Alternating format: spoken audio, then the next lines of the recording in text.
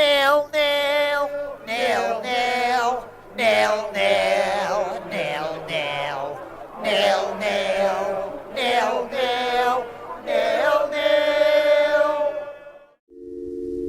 Are you sitting comfortably? Then we'll begin.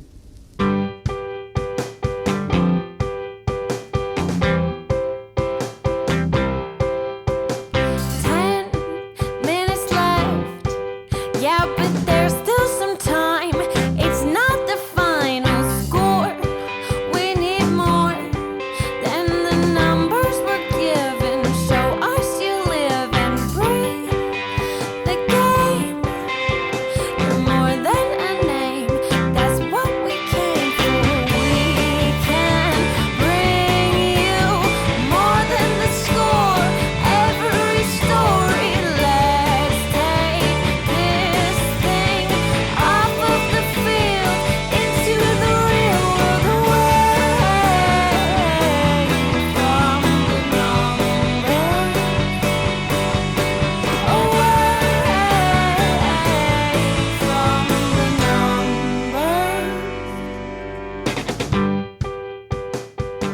Hello, hello, how do you do? We are the boys in white and blue, and we're back with another episode of the Still Time, the AFTN Soccer Show, broadcasting on CITR Radio 101.9 FM from the unceded Musqueam Territory at the University of beautiful British Columbia. I'm Michael McCall. I'm Steve Pounder. And I'm Zachary Adam Eisenheimer. And we're not bottom anymore. We're not bottom anymore. For maybe a week, we'll maybe give it that. Sing the song while you can, because the Whitecaps have started their steady rise up the Western Conference standings. From little acorns do giant somethings grow. Chestnuts, is it? I think that's the phrase. But the Whitecaps got their first point of the 2022 MLS season. They haven't got their first win, but a 0-0 draw with New York City FC at BC Place in their home opener for this MLS campaign. We're going to delve into all of that in this one.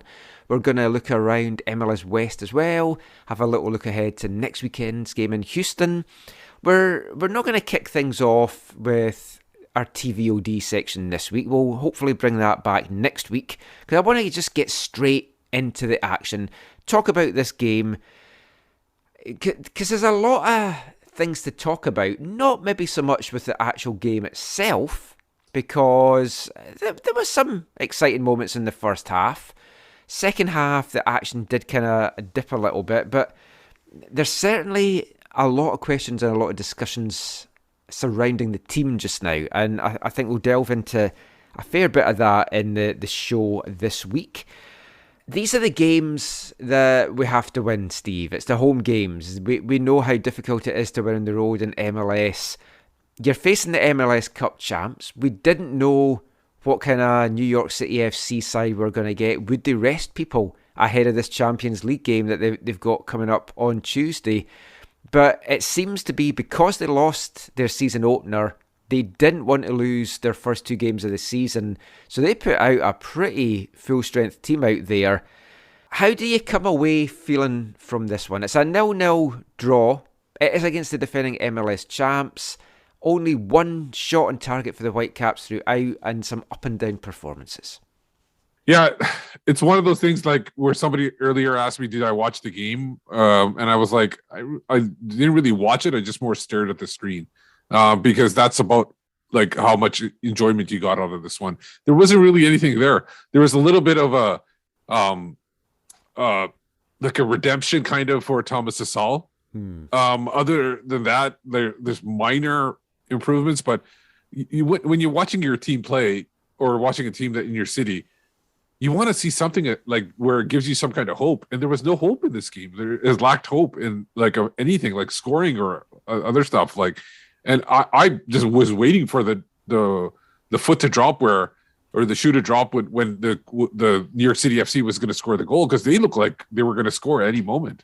Yeah, I think that was it for me as well, Zach. I was on the post-game show afterwards as well, and I said this, the whole game, I sat there And at no stage did I feel the Whitecaps were going to score and win that one. If one team was going to score, it felt like it was going to be New York City FC.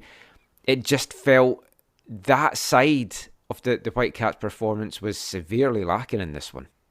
So yeah, it's hard to disagree with that, but I think there are a lot of ways you could look at things and see negatives, but I think there were positives for them. Oh yeah, like I think, yeah. Was it the most entertaining match of football? No. Was it the least entertaining match of football in MLS this weekend? No.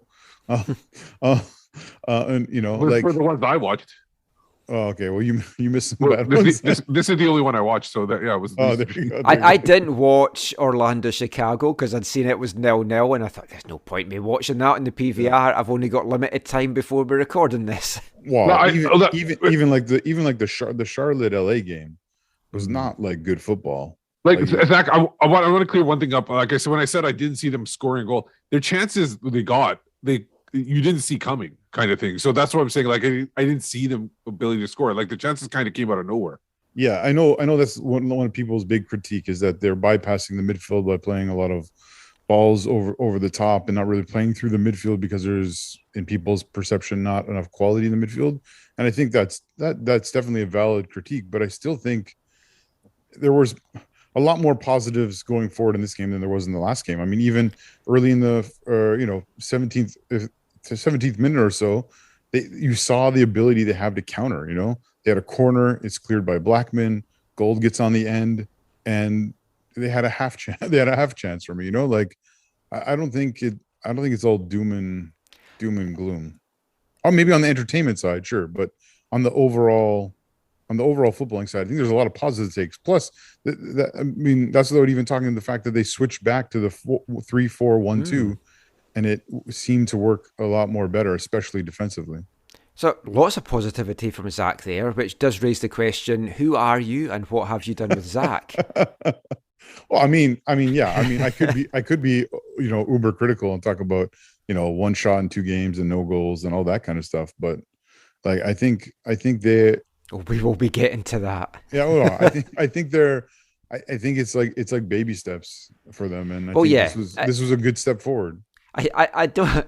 It's like when you're looking like what's your big positive from the game? We weren't as bad as we were last week, so I mean that's good. I liked Vanny afterwards had said it was Mount Everest compared to last week, and let's be honest, it was. It was an entertaining first half. I will say that I enjoyed the first half. I didn't think that the second half kind of lived up to what I was expecting, especially from two teams that haven't served up 0-0s, and their games in the past have always produced goals, and we just didn't get it. And both teams have scored in every game they played. Yeah. My critique of the baby steps thing, the comment Zach made there was like, why are they having to take baby steps? They didn't make many changes because they felt like they had the team. This is a team from last year, so it's basically they should be getting used to each other. So there should be no baby steps. They should be showing a little bit better ability to play defending. Like even last week, I'll include last week because I wasn't on the show last week. But like last week, they should have been better at defending because they a lot of players were the same players, and there should be no issues there. I don't need to see baby steps because they shouldn't have to take baby steps in this team. Well, Steve, I mean, I'm with you on that. I mean, this squad is not holistically is not better than it was at the last league game of the season last year for sure. And that's why Axel has stopped using I haven't heard him use we're taking steps kind of language at all in a long time, because it feels like without any additions, with the limited number of additions they've made and the significant departures they've had, they've taken a step backwards. So I'm just talking, Steve, within the season, because last week was really awful, and they changed the system, they changed a few players, and I think they were much, and I think they were probably playing an overall better squad. And I know it was at home versus away and whatever, but they played better. Understood. Okay, I got you now. I mean, if we look at the changes that were made, one was obviously enforced at the back, which was Flo Jungwirth coming in for Jake Nowinski, who was suspended. Eric Godoy, and we talked on last week's show about the fact that Godoy had been kept on the bench. A calf issue now is keeping him out altogether. It's far from ideal, and I know we kind of joke on this show about I always have players and their injuries as, oh no, it's going to be the end of their career and stuff. We are getting to the stage that you do have to say about Godoy, like, we're not saying he's going to hang up his boots tomorrow, but it's like, if he can't solve these injury problems, his career is going to be seriously curtailed. Yeah, it's at the point where you have to nickname Mr. Glass. Yeah. I just saw it Breakable today. That's what came in my head. But yeah, I don't understand how he cannot stay healthy. It's hard for me to imagine. Like, it's one thing if it's a nagging knee injury or something like that, but these niggling injuries keep coming up with him. I mean, I was speaking to Vanny on Friday. We were just chatting at the media day that they had, and he feels for the guy. I feel for the guy as well. He's our best defender when fit. And then you think, how often has he been fit and fully good to go for the last 2 seasons? And it doesn't feel like much at all. Vanny had said the plan was to ease him in gently and he was probably going to start the game at Houston. But then this calf issue, which we don't know how bad it is, if it's just precautionary or hopefully it's not going to be anything too bad at all. It just makes you wonder. At some stage, they're going to just have to cut their losses and move on from him, which is a shame because I just think he is such a talent. But that gave Flo the chance to come into that back three. Christian Gutierrez came in as well as one of the wing backs, and Leo Owusu came into the middle of the field. And the latter two of those in particular, I thought had a good impact on the game. Before we get into the game itself, just want to talk a little bit about the pre-game and the tribute that was paid to Ukraine. It was very moving, hearing the Ukrainian national anthem before the match and the choir singing that, and then you had the American, the Canadian anthems. If you haven't seen it, if you weren't at the game, I tweeted out some video of the whole thing, so you can check that out. But I thought it was a very nice touch by the club. I don't know how much money they've raised for the Red Cross's humanitarian efforts, but certainly it was lovely to see people holding up the flags. There wasn't as many people dressed in yellow and blue as the club had wanted. They wanted people to turn up dressed in yellow and blue. I wore a blue shirt with a yellow t-shirt underneath. The plan was they had a big Ukrainian flag that was going to be getting passed around the whole stadium, but it didn't make it out because there wasn't enough people at that section to pass it around because the crowd were late getting in, which I found very disappointing because that would have been a lovely gesture to go around, and then it just suddenly disappeared. I was going to film it going around, and it's like, oh, it stopped. I don't know whether it was the traffic, the congestion downtown, or what it was, but that crowd, at one point, I would say it looked like there was maybe 12,000, 13,000 in, and then it slowly built up as the first half went on to the 18,000 that was announced. But well, I glanced at one point. I thought there were a lot of New York City FC fans in there, but then I realized there were empty orange-red seats kind of thing. So, yeah, the vote strip. Genuinely, a couple of times today, I thought we were playing Houston. There was 3 protests though downtown. Yeah, I don't know what the third one was. I know that one of them was Ukraine, one was the Freedom Convoy, and then someone said there was a third one. It's like, what are we doing now? I don't know. But let's get into the game.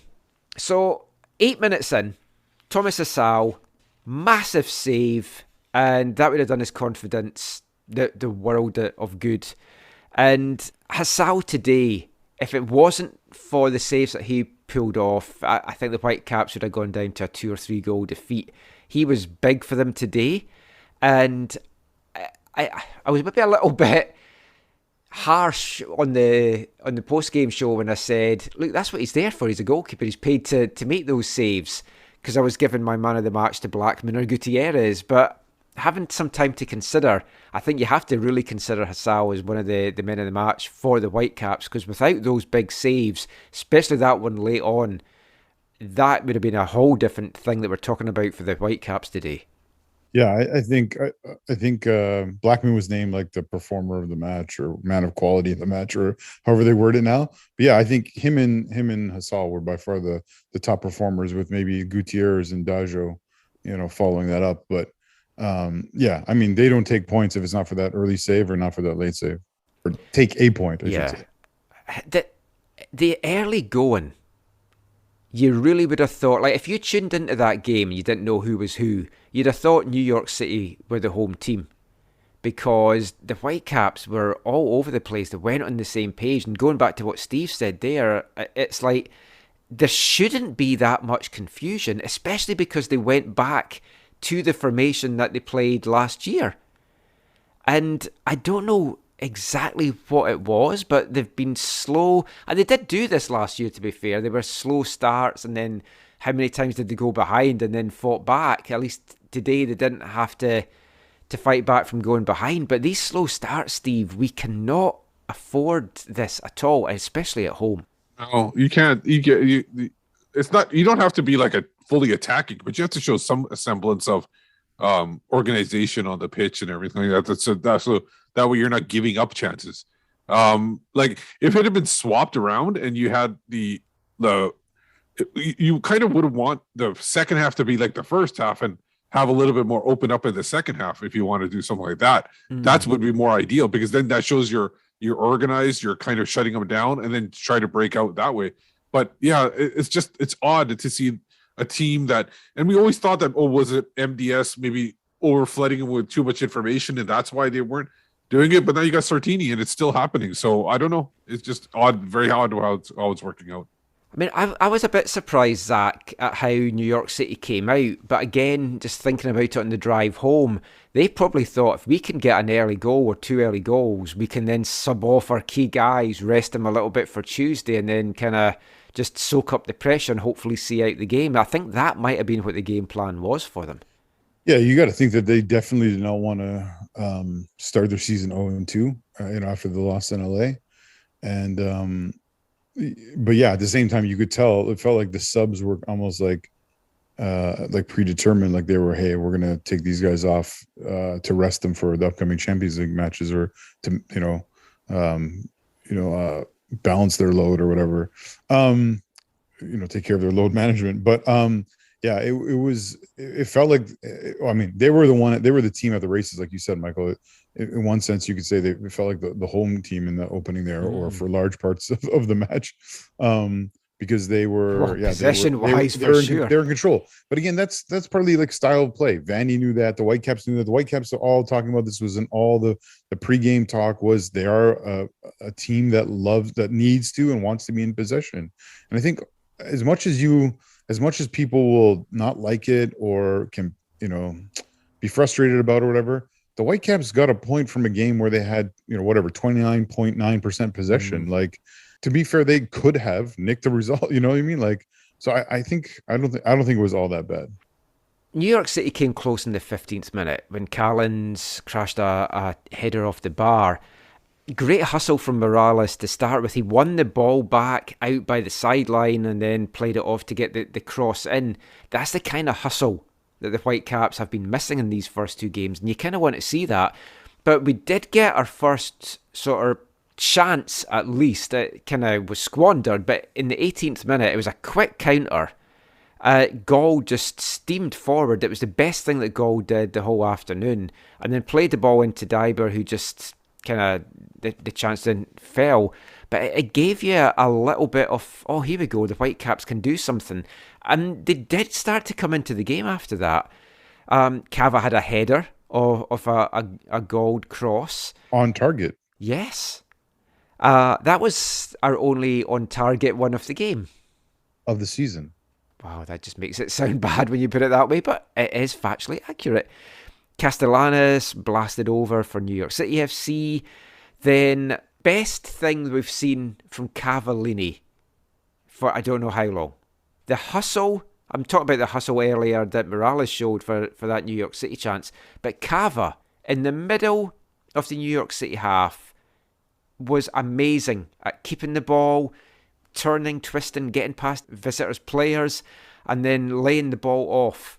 That is the Cava that you want to see. But that was great play by him, and it's stuff we haven't seen from him for ages.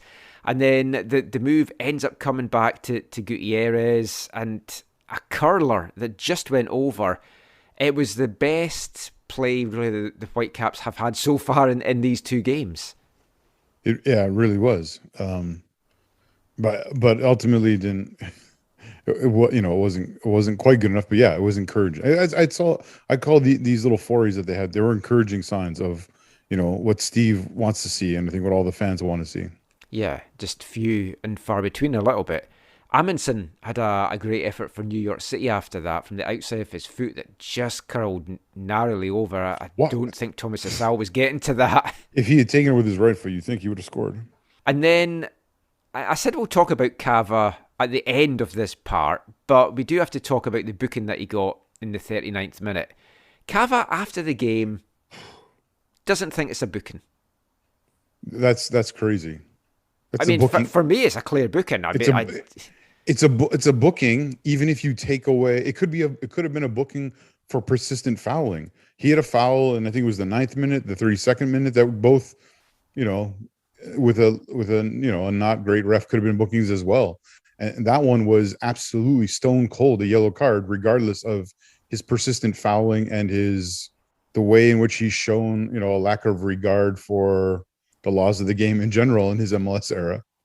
It was reckless, Steve. I mean, do you see it? It was a booking.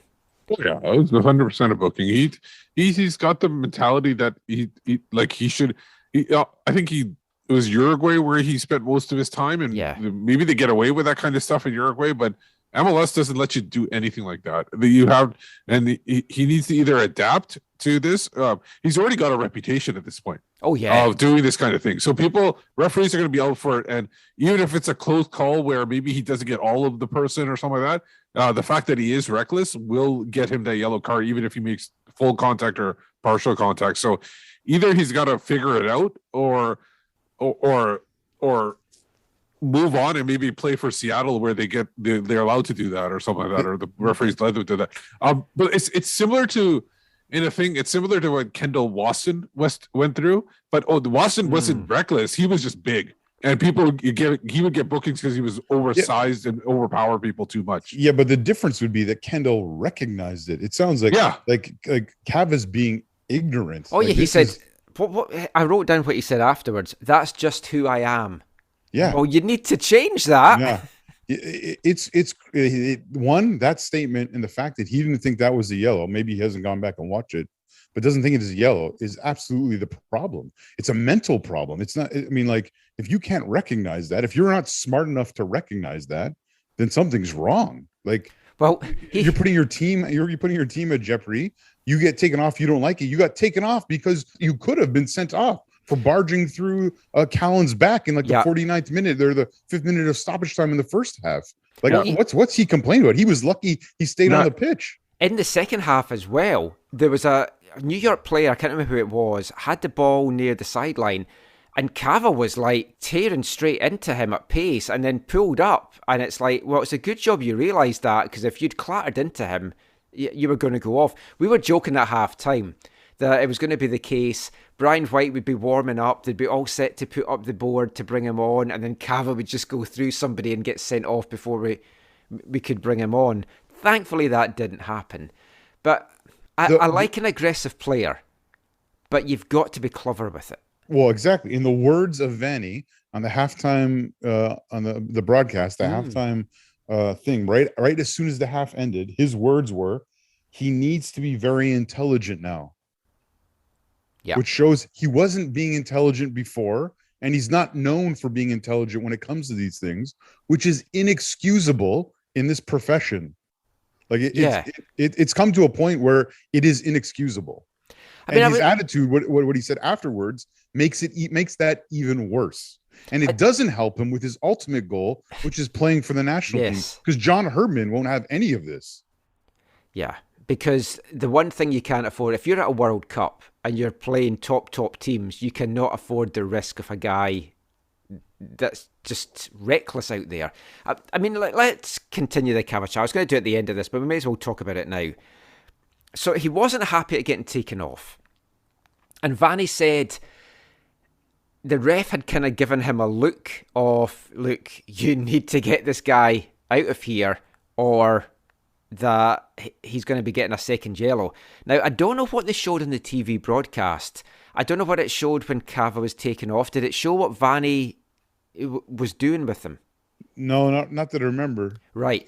So Vanny basically, this isn't good for the podcast listeners, but I'm demonstrating to the guys. So my hands are Vanny and I'm Cava. He had his hands on his shoulder like this and like touching his face and trying to really calm him down and basically saying, it's okay. I had to take you off because you were going to get sent off, and he had to really calm him down. Cava looked dejected. He kind of just went over to the bench. He looked so pissed off. And I know why. Because he wants to be out there, and he wants to be scoring, and he wants to help the team. And that's great. We want him to do that. But he has to get it into his head that he's a risk when he's on a yellow card that early. And he's only on the yellow card because of his own poor decision making. I mean, one of Cava's biggest problems is, I think, what Vanny was talking about in terms of just football intelligence, if you will. But also, he just is not, he can't defend.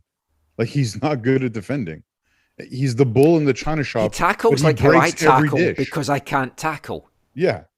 And it's a problem. Yeah. Har asked him the question about the yellow card, and he was like, always asking me about the yellow cards. And it's like, yeah, because you're always getting the yellow cards. There's three things we can ask you about. Goals you've scored, the goals you're not scoring, or the yellow cards. Exactly. Anyway, that's our Cava rant over for this show. At halftime, how were you feeling, Steve? Did you feel they could get back into it? Would you have taken a point at that stage of proceedings? Yeah, I would have been satisfied with it, but I would have taken a point. I didn't see them getting 3 in this game. Zach, did you think they could turn it around in the second half? I had hopes because we had White on the bench and we had Vitae and he was good last week, and it actually felt there was a few difference makers on the bench which we kind of were lacking last week, but it just didn't happen. At halftime, I thought it could go either way. I mean, I think originally when we talked about this game, I thought, NYCFC is going to win. But then after we were talking about the Champions League and all the different variables, I called, I think 1-1 or 2-2. And but at the half, I thought, yeah, this could go either way. I thought Vancouver could nick a goal, or the quality of NYCFC will show, and they'll kind of walk away with it or begin to walk away with it. I mean, the second half, there's genuinely very little to write home about. Both teams had a couple of half chances, but I think a couple of things to talk about from the second half is once White came on, we got a very brief glimpse of White and Cavallini together, and we need to see them together longer. But again, without wanting to pile on Cava, when he's on a booking, we didn't get a chance to see that. But then I thought it was very interesting that they decided then to push Dahomey up front with White. So, but didn't they sort of more put Gauld? Didn't Gauld get pushed? Gauld was there for a bit, but they also pushed Dahomey forward as well. Yeah, I guess because Brown came on for Cavallini. Once Brown came on, they kind of pushed Dahomey up there. So, I mean, I thought that was an interesting thing as well. We'll get into some of the tactical bits in the next part. Then the last minute, 89th minute, Hassal, fantastic one-handed save from Andrade. It would have been tough to lose it at that point. I'm happy with a draw. Vanny feels it was a fair result. I don't know. I do feel if I'm New York City FC, I'm disappointed at this one at not coming away with 3 points. I mean, they should be sitting probably on 4 points just now. They really should have got away with a point last week in LA, and they're just sitting on 1. I think they consider this a loss for them, even though there's no little draw. The fact that they pushed forward, they had their strongest lineup on it. For them, it's a loss, essentially.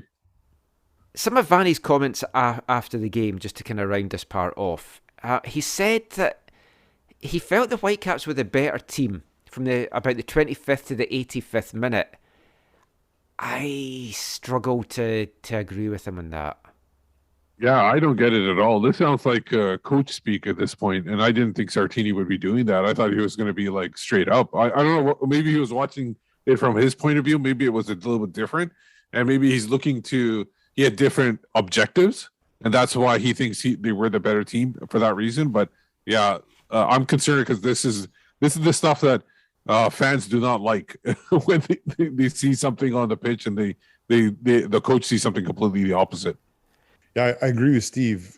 it's concerning in the sense of when you look at all the previous managers in MLS, at one point or another have lost the fans, if you will, in a sense, because what they were hearing from the coach did not match what they saw with their eyes in the field. Now, is that debatable? Yeah, sure. Sometimes, or in some perspectives, sure. But in general, it's not a great place for a coach to wander into. And so you hope for his sake that this won't become a trend, because I think for all the goodwill he's earned, it'll begin to deteriorate quickly if he keeps making comments that are perceived in the way that I think these ones will be. Well, when you look at the stats, like when a team's 70-30 possession-wise, 19 shots to 10, 4 of those on target to 1, you can't say you were the better team. I mean, that's just, without watching the game, the eye test of watching it, looking at those stats, it would be hard to compute. What did Cava say? He wasn't asked about that. But it's a point. It's the first point of the season, and I know I was kind of being facetious early on, saying we're climbing the table, but we are, because the only way is up at the moment, and we've got to build on that. We've got a big game coming up next week already, third game of the season, and it already feels like a very, very big game against Houston. We'll kind of delve into that, and we'll look at some of the good, the bad and the ugly from the players and the tactical side of today's game as well. And we'll be back with all of that after this. Hi, I'm Vanni Sartini, and you're listening to the AFTN Soccer Show.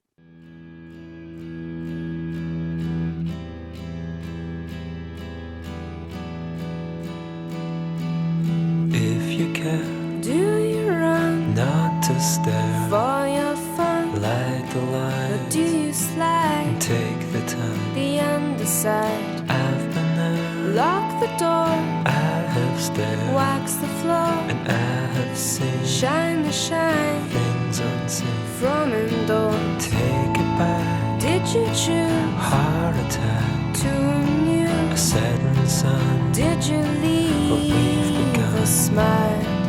where you fall, You hit the ground children's song without a sound. about July. You planned it from the start. Jesus wept, I don't decide it, I only abide by it.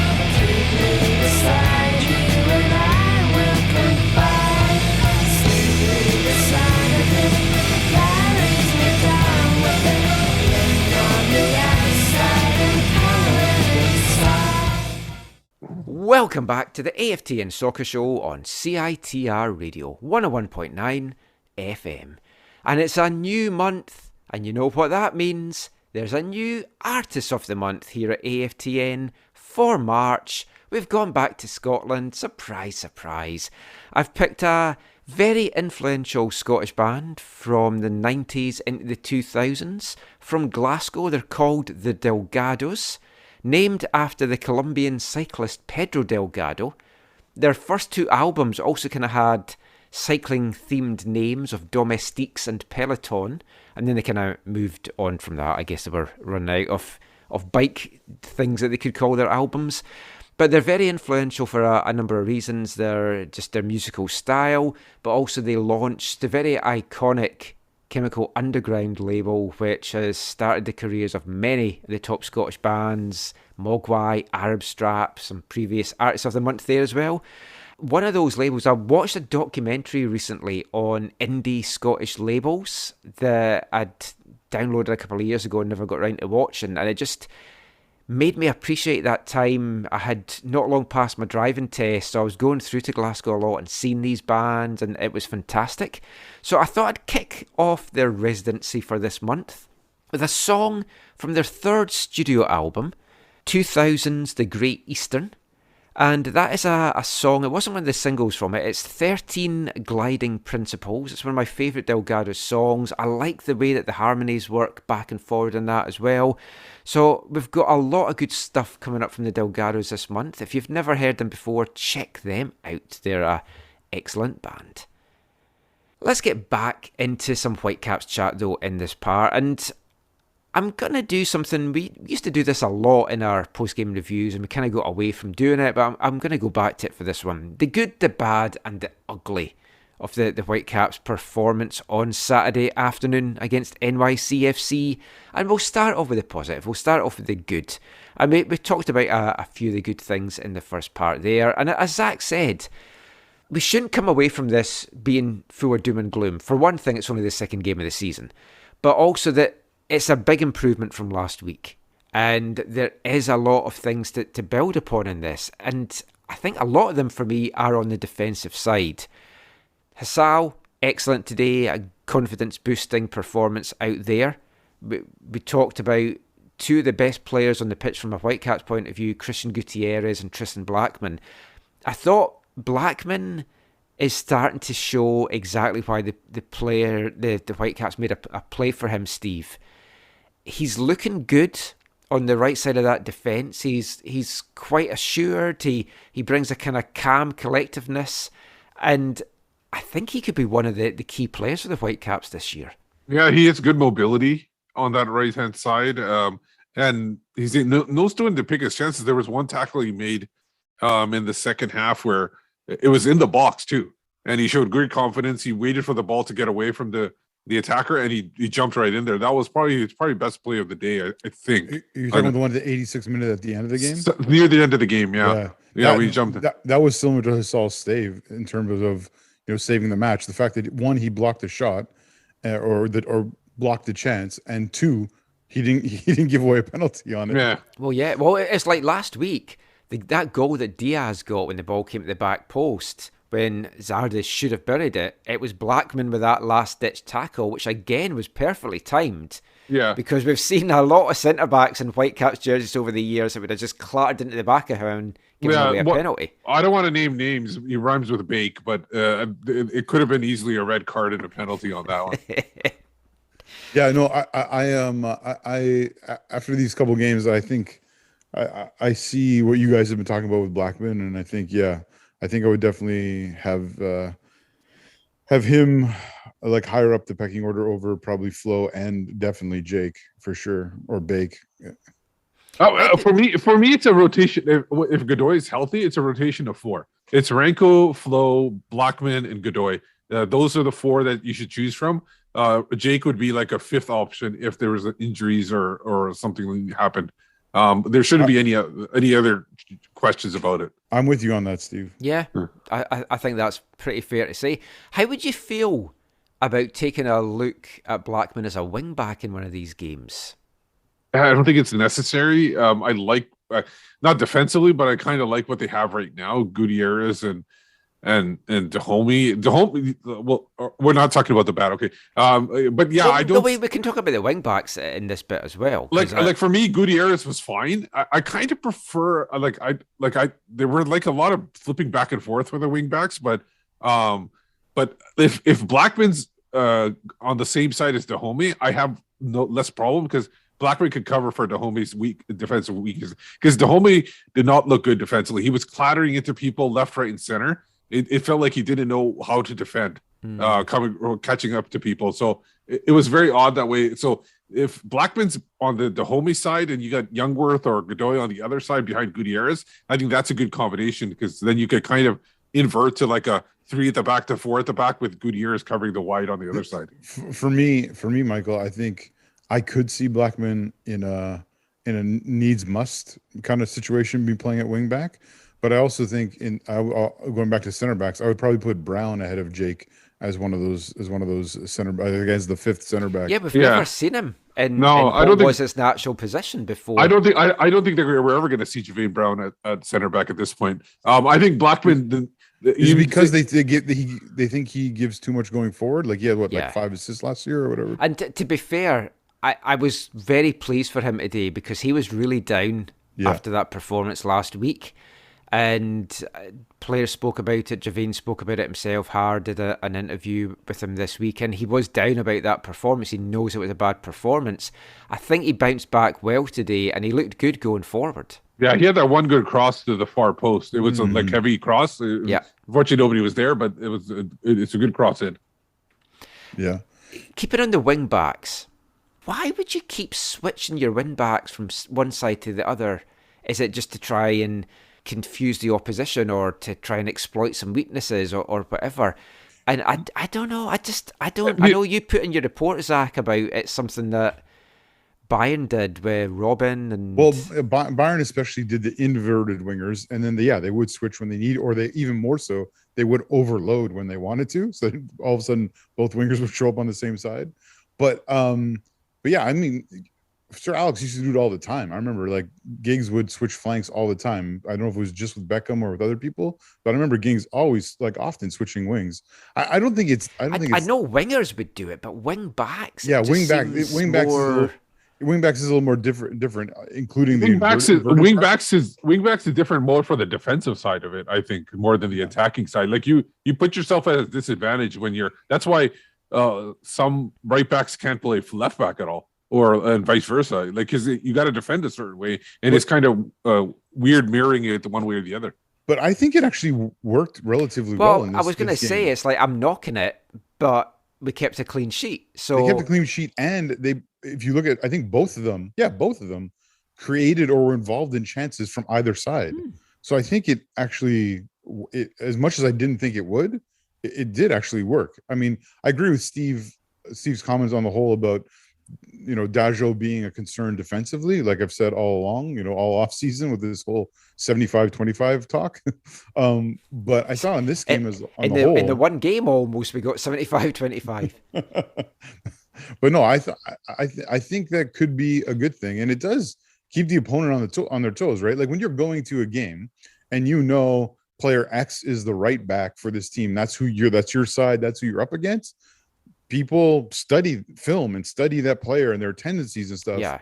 And knowing that they're going to switch just makes the players have to think more and and study more or prepare more. And so I don't think it's that bad. Unconventional, sure. Weird because it's fullbacks and not actual wingers. Yeah, okay. But I for now, I think it's working. Here's why I don't like it. There was more than a couple of times today when both of them were going forward and there was a chance of delivering a quick ball. Yeah. But they took a step to get it onto their preferred foot. And I feel it just lost a little bit in the move when they were doing that. Also in terms of building chemistry and building an understanding with the centre-back that's behind you. I prefer Gutierrez on the left side as well and Dahomey on the right. But yeah. I mean, I spoke about this in the extra preview show, and I think we touched on it last week. Whatever side Caicedo is on, I want Dahomey on. Because those two just have that understanding and the link-up play. And we saw it a couple of times today. Not much and not enough. But that's what I feel we need to get going. Get those two going. And then it'll maybe take a little bit of pressure off some of the other guys. Those relationships, those partnerships on the field are key. And you're right, that's one that the Whitecaps need to get more out of because they got lots out of it last year. Yeah, I think this is going to be something that will be positive for them, and they'll be able to grow, and hopefully will be something that adds to the dynamism of their attack in the season. Any other good aspects from the game today that we maybe haven't gone over? I like the fact that I know we haven't talked about him, but Ranko I thought played quite a bit better than last week as well. He was more comfortable in the middle of that three, but overall, yeah, I think we touched on everything that was positive. And just to that end, it's not like one of those things where like I can tell you for sure, but it seemed like their communication, especially defensively, maybe with Hasal, maybe just the back three or back five or whatever, but seemed much, much improved over last week. Yeah. I think they've worked really hard on that, and it's the old cliche, defences win championships, and I've spoken about this a lot, and I've spoken about this on our East 5 podcast because we were shipping goals left, right and centre. If you can stop conceding goals, and I've said it on this show as well, you're going to get at least a point, as demonstrated today. Funnily enough, as demonstrated by East 5 today, who also had a 0-0 draw. Then it's a case of working on the attack, getting that going, and our opponents that we've got coming up next weekend having some similar issues that we'll come to shortly. So that was the good taken care of. If we look at the bad, for me, it's still the progression of the ball through the midfield. They went for a kind of double six option today, and Vanny spoke about it was to allow somebody to still have some defensive responsibility and allow somebody to attack. But, and again, I don't want this to sound like we're just piling on Russell Tybert. He doesn't bring you too much offensively. Although I think in the last 5 minutes of the game today, that was some of the best play we've seen from Russell Tybert in a while. He was busy, he was going around, but he's not the guy, the dynamic guy that is going to move this ball forward enough through the midfield. No, for me, if you compare it in this way, he's like if you're like cutting wood, he's not a skill saw, he's a chainsaw.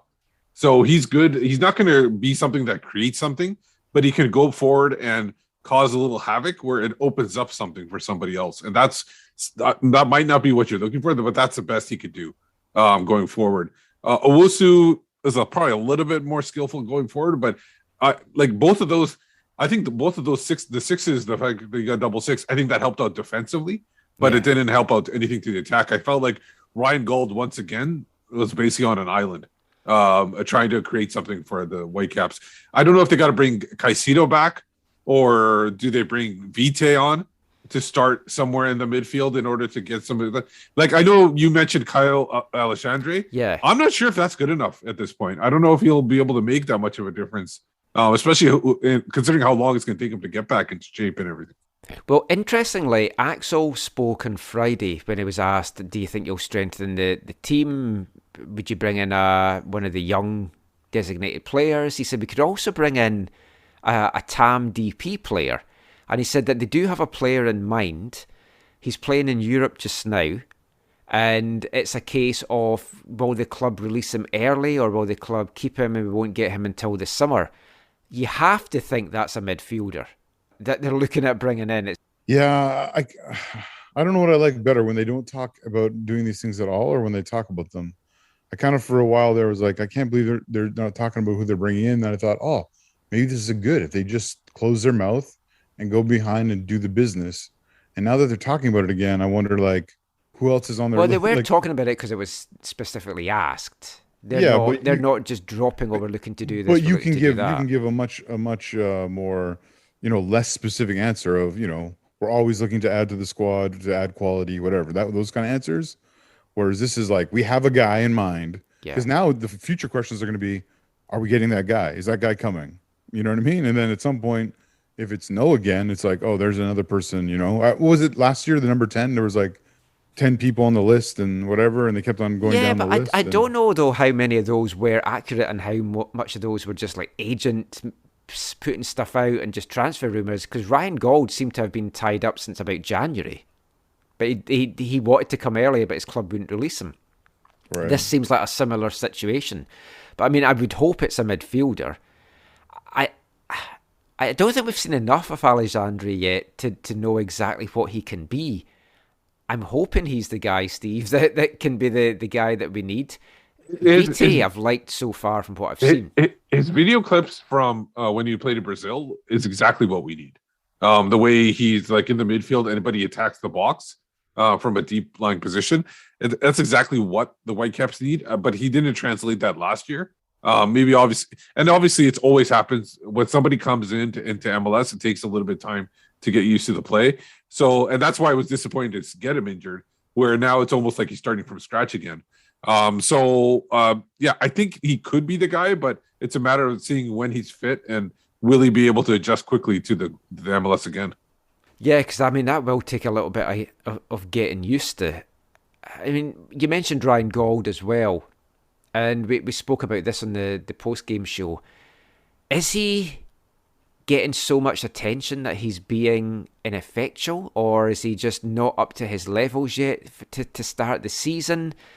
How do you unlock Ryan Gauld? How do you get him coming back? When he's given space, he's looking dangerous. But he's getting a lot of attention. And it's basically, when he's getting that attention, other guys need to step up. That's the thing. Like, if he's got two guys on him, someone's got no guy on him. Yeah. Yeah, no, it's 100%. Somebody's got to step up and carry the load if and that will not give the advantage to that defending team to say, oh, we can afford to leave a guy open in order to cover this guy. Like, you got to take advantage of those situations. Then you got to study the tape and see how people are playing it, and then adjust accordingly. Because you look at the midfield that was there today, and it's like if Gall's under pressure, Owusu could maybe think he could like take the ball forward. I've seen some great glimpses from Owusu under Sartini, and I know he was playing in an inter-squad game against the under-23s, but he was excellent in that. He really took the ball forward. Russell, I don't know if he could. We've seen him occasionally do it. Oh, the middle of the field though is an area that needs to be improved. Well, that kind of brings us then onto the ugly side of things, because this one shot on target through 2 games, and so much of that is the lack of stuff that's coming out of the midfield and moving the ball forward the way that they want to do it. There's been some chances created. I mean, you can't judge Brian White on what you saw today. Diber Caicedo's had a quiet start to the season, but I think that's maybe to be expected as well a little bit. When he's been playing with Cava, and they don't seem to have that understanding. I would, for all we've said about Cava in shows recently, I would like to see White and Cava get a run. Fingers crossed we can maybe see that next weekend in Houston. But we've got to get some kind of chemistry going, some kind of understanding. Because on paper and in theory, Cavallini, White, with Gold behind, all at the top of their game, is a very exciting attack. But you still need that help in the midfield. And that's where it's all falling down just now. You are correct. Can we talk? There's one more ugly, sorry. We forgot. Oh, sure. I think, Steve, I'm not sure if you're aware of this, but it's something we should talk about, because it's something maybe that could be rectified. And it's, Michael, it's your record on the post-game show. Right? How many times have you done it? And I think we're possibly approaching double digits. And how many times have the Whitecaps got a victory when you've done it? Never. So I think you should tell people ahead of time when you're scheduled to go on. Yeah, that's ugly, man. Don't buy tickets. It's like they introduced me by saying that, and I was like, I'm surprised you invited me back, to be totally honest. I'm surprised the Whitecaps were like, please don't get him on. But next week, it's the battle of the teams that can't score. Because the Whitecaps are heading to Houston. We'll have a little bit of a preview to round off this part. Houston, 1 point from their first 2 games. So that's a downside for them. Like the Whitecaps, they haven't scored a goal yet, so that's a downside as well. But they have only given 1 goal up. And I listened to Paulo Nagamura's post-game chat today, just before we recorded this, and he feels that the way that they've set out to improve defensively has impressed him. He's very happy with that. He just feels that they need to get things going offensively. So it's very similar to the Whitecaps. Houston, of course, is not a happy hunting ground for Vancouver. This is going to be the 10th game in Houston. From the previous 9, Houston have won 6. There's been 2 draws, and the Caps have 1 solitary win. That was in 2018. 2-1 win. Breck Shea scored a second half winner in that one. Last year's meeting was 0-0. Could we see that again? Overall, the Dynamo have outscored the Whitecaps 15-8 down there. What's your thoughts, Steve? You confident heading into this one? Are we going to see goals? Is this going to be the game that one of these teams manages to break their duck for the season? I'm confident. I'm more confident that it'll be 0-0 than somebody scoring something. If you look at some of the changes they made, there weren't very many. And obviously, even if they made the changes, there probably is not going to be like a good enough in order to make a difference right off the bat. I think last week, they were lucky to get that point that they got. And today, obviously, losing the Sporting is not going to be easy to go into a away location like that and pick up a goal. But they did only give up 1, so that's a pretty big thing in comparison to Whitecaps visits to Sporting Kansas City. So blocked those from my memory. Yeah, so overall, I like either team I feel like is going to be playing cagey again. I think Houston will probably play a little bit more attacking because they're playing at home and they want to get that first win. But overall, I think the Whitecaps will probably play very similar to how they played today. Has Vanny made any comments about how easy it will be to get points in Houston? No, I don't think Tim Parker is going to be pinning things up on the bulletin board this time. I mean, Houston have made a big splash this week. They signed Mexican national team captain Hector Herrera, but he's not coming to the summer, as Steve mentioned there. So it's like, doesn't help them in the short term. But it shows one way to address your squad. Yeah, I mean, that will be a good signing for them. And with the fan base that they've got down there, it'll help. Actually, it's a tremendous signing for them, publicity wise, and just to try and get bums on seats. I do think, Zach, that Houston will take the game to the Whitecaps next week, and it's going to be another similar possession stats to we saw today. From what I've seen, though, from Houston through their first two games, they're just not showing much offensively at all. The bright spark for them has been Darwin Quintero, and he's been coming on with about 15 minutes to go in the two games, and he's had flashes, but he's had a bit of a spark there, but they've very little else. Yeah, that's a difficult one to call, because you're right. Vancouver has not performed well there, and it's like, I know a week or two ago you were talking about what if this new formation is, the 3-1-4-2 is the away formation, and the 3-4-1-2 is the home formation. I think if Vancouver sticks with what they did today and has a similar uses similar players in the squad to start, I think they have a chance to either get a point or to nick a win. Otherwise, I think, it's hard not to see Houston walking away with like a 1-goal win. I mean, we'll do our MLS West roundup in the next part, but I'll just talk about the game that Houston had this weekend. So it was a 1-0 defeat at Kansas City. After the game, Peter Vermees felt that Kansas City had to be better. He was very disappointed just at coming away with a 1-0 win. Houston managed just 5 shots in the whole game, but 3 of them were on target. So they're not getting a lot of shots off, but at least they are getting them on target. The only goal in this one came in the hour mark. Remy Voltaire, 16-yarder, low. Casey's first win of the year. Houston were happy to kind of soak up the pressure and try and hit on the counter. I definitely think they won't do that against the Whitecaps. They're going to see that as very much a game that they can kind of get 3 points from. My prediction for it, I'm going to go 2-0 Houston. Yeah, I'm looking at the roster and everything. There's not very much to be excited about Houston, though. No, I mean, I'm maybe being generous to Houston there. I could also see 0-0, to be totally honest. Like Corey Baird is probably their second best attacker after Quintero. And then there was one other player I saw, and I can't remember his name now. I know Tyler Pasher's their former Canadian player from the USL, former USL player. Yeah, he started really good last season, then he kind of had a big dip of form. So, there's not very much to like. Tim Parker, obviously. Fafa Pico is the other guy who I think could show something.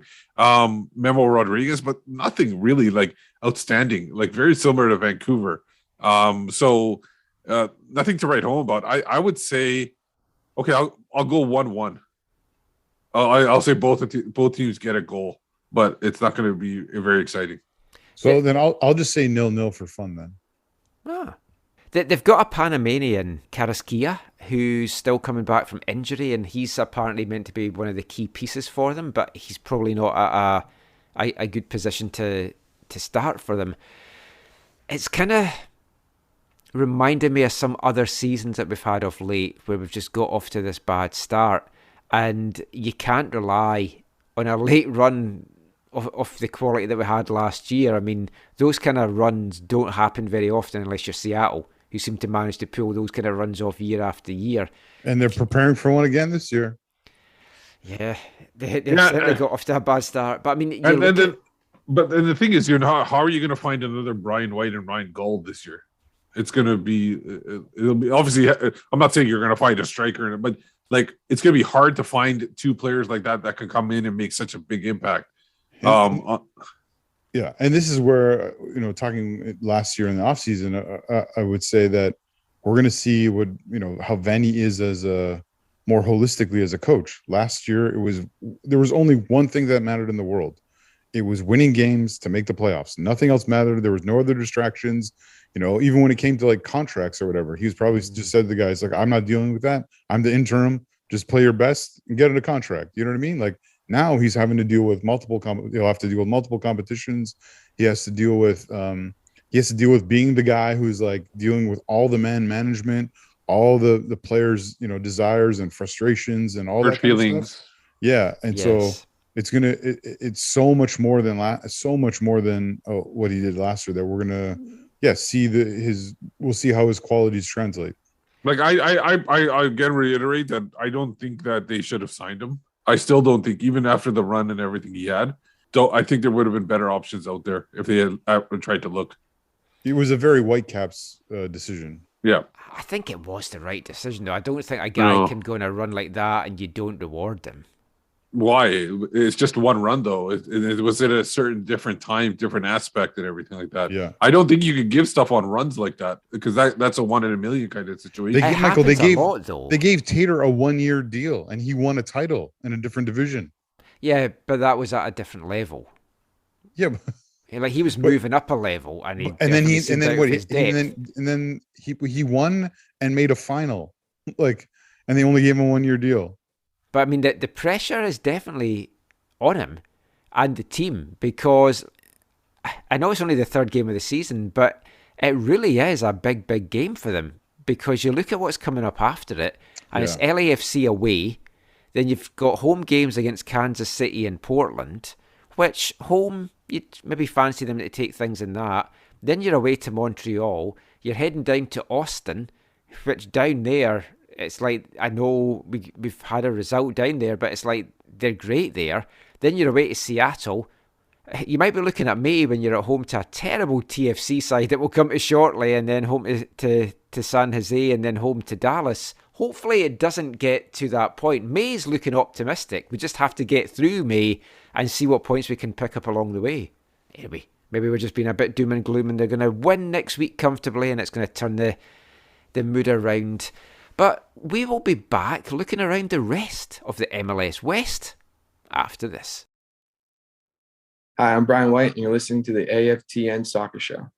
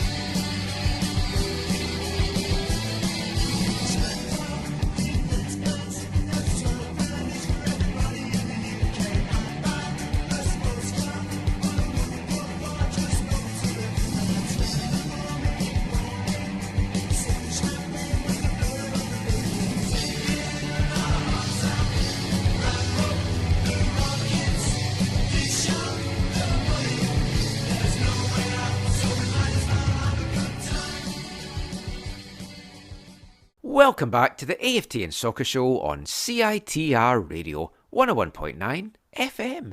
And kicking off this part, it's a band from the early 80s out of England called The Freshies. And that was their anti-war song, Wrap Up the Rockets, recommended to us by long-time listener Angus Walker. I just thought it was very fitting to play with some of the lyrics there as well, with everything that is going on in Ukraine at the moment. It's from 1981. The lead singer of that band, a man called Chris Seavey. We've featured Chris on the show before. Does anyone know why? No. Frank Sidebottom. Oh, there you go. Pre-Frank Sidebottom days, he was in a punk band called The Freshies. I've heard a few of their songs. I hadn't actually heard that one till Angus recommended it, so we thought we'd put it into tonight's show. So thanks to Angus for doing that. If you've got any good war songs, I feel we may be playing them for a while to kick off some of these sections. Send them along. Because obviously we like to play a lot of music on the show, and last year, long-time listeners will know that I played a lot of Russian music on the show. And two of the bands that I played, one was Moscow Death Brigade, which were our Arts of the Month. Rather unfortunate name at the moment. I'm not wearing my t-shirt around Vancouver for the band anymore, but they're very anti-government, and they're an underground band, and they're graffiti artists. I've been a bit worried because I haven't heard anything on any of their social media since February 23rd. So with all the arrests in Russia and stuff, you do get a little bit worried with that. So we wish them all the best. Another band we played, Ice Peak, who are, again, a very anti-government band as well. They posted something this morning, which I was glad to read. They've been out in the demonstrations as well. But when you follow bands from a country like that, and everything that goes on in that country, and then all of a sudden there's just like radio silence, no pun intended, on their social media channels, you do get a little bit worried about what's happening to them. So we wish them all the very best. And yeah, just hope this situation can get sorted out. Right now, I don't see how we get out of where we are just now, I've got to say. But it was a bit of a war in MLS on the pitch in some of these games as well this week. We're going to be doing our MLS weekend review. We mostly look at the Western Conference, but I want to start off this by looking at the other two Canadian teams, because as things stand after week 2, no Canadian teams have won a game. Yeah. It's a Garber conspiracy. Really disappointing matches for the Canadian teams there. Like, really. Let's start off with TFC, and I've got a question for you first, Zach. Yeah. What was worse, TFC's performance or that pitch? Oh, yeah. Yeah, it looked bad, eh? It looked like that's why they shouldn't be playing games there in March. Yeah, it looked like a tatty field, Steve. It's like somebody had just been ploughing it beforehand. It was horrendous. I wonder what they're going to do to get it ready for the 27th.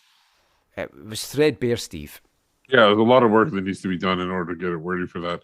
The one good thing about this game, though, is if you look at some of the stats, I watched the highlights. I didn't watch the whole game, but the TFC has almost near 70% possession, yet New York Red Bulls have 13 shots and 9 on target out of 32% possession. How does that happen? Well, they were lethal on the counter. Yes. Yeah, I know. So obviously that shouldn't happen. No, you can't do that at home. The possession was significantly score effect too, because they scored so early that they just were able to sit back and be like, okay, whatever. Well, we've got to give full credit to my little Scottish friend, Lewis Morgan. His first ever career hat-trick. What a time to get it. You're never one to big up a Scotsman? Of course not. I genuinely, I would have loved us to have made a play for Morgan in the off-season. And when the How much did they pay for him? $1 million. 1 million GAN? Yeah. Okay. When that deal went through, I was like, oh man, he was available for that. And did he get called up to the national team?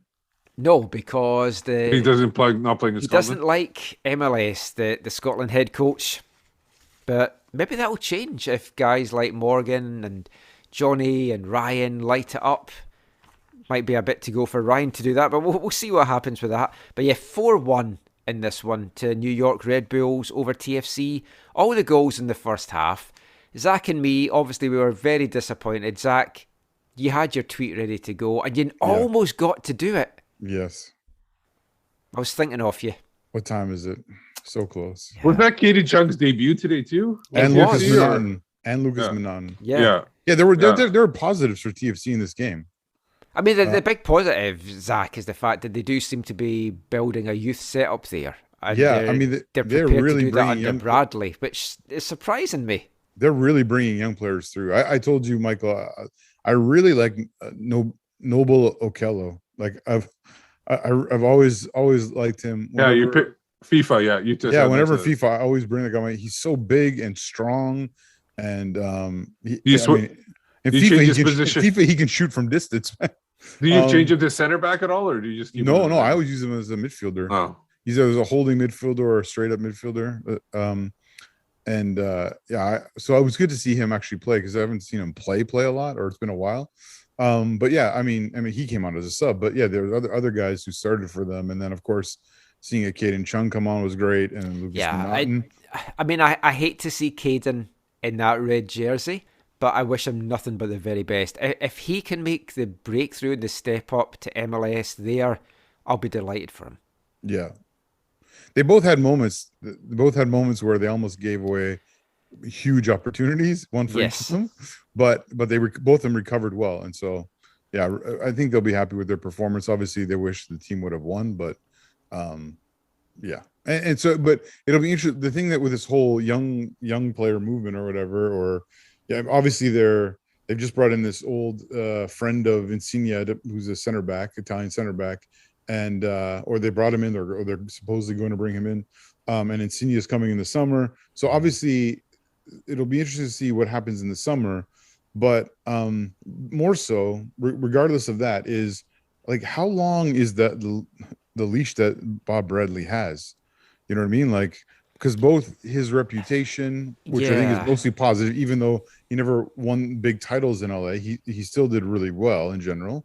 But how much will like MLSC / the TFC fan base be willing to put up with at this point in their story, right? Like obviously years ago when they were awful for so long, they would have been willing to put up with a Bob Bradley doing a youth movement for maybe 3 or 4 years or something. But now, he's not going to get that long. Maybe 1.5, 2 tops, and that's not really enough time to really.